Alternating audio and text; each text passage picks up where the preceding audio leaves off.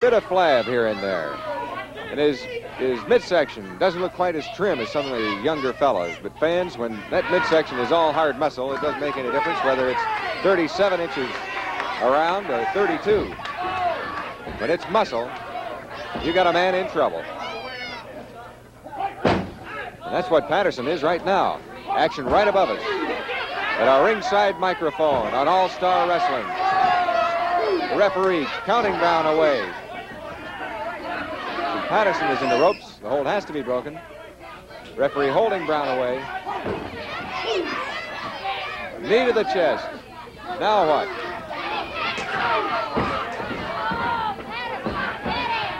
And Patterson weakening fast from those vicious slaps and forearm blows of Bob Brown.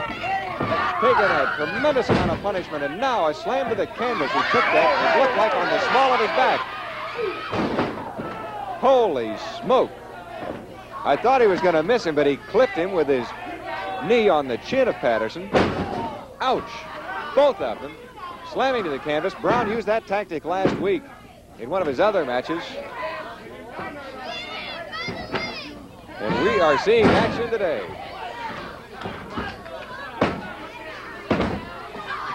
It's over. You can see there, those slams to the canvas had so weakened Patterson that Brown did not have to use his entire weight to hold Patterson to the mat.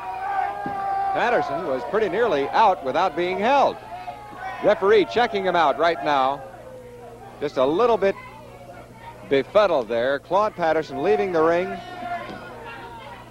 cursing his luck again today. Somebody else emerging victorious. Bob Brown, 240 pounds, the winner against Claude Patterson, 255. All-Star Wrestling will continue in just a moment, right after we take this brief timeout. Here we go again. Your All-Star Wrestling ring is empty. Oh, but here comes Bob Brown. I knew he'd have something to say.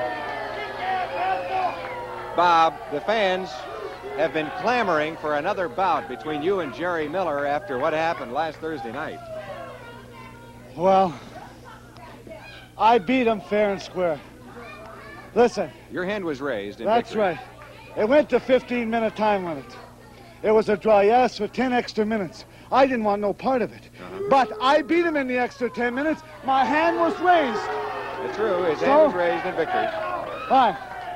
Then that goofy-looking Moody came back and said no decision will be made. It's under the hands of the Athletic Commission. Why was this decision made, Bob? I heard one story on it that Miller's foot was outside the rope.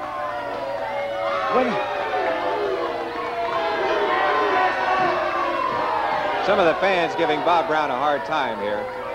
His foot was over the rope, but it was out when Moody counted 1, 2, 3. His foot was inside.